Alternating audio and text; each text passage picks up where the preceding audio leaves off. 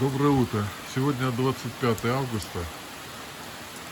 Мы собрались уезжать. У нас по маршруту следующая Одесса. А тут такой дождь пошел к нам в дорогу. 3 дня мы были, тут 4. Была отличная погода, солнышко. А сейчас вот дождик. Ну, в дорогу говорят, что нормально дождь.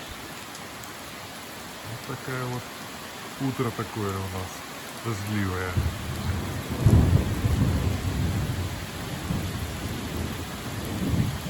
Еще и гром гремит.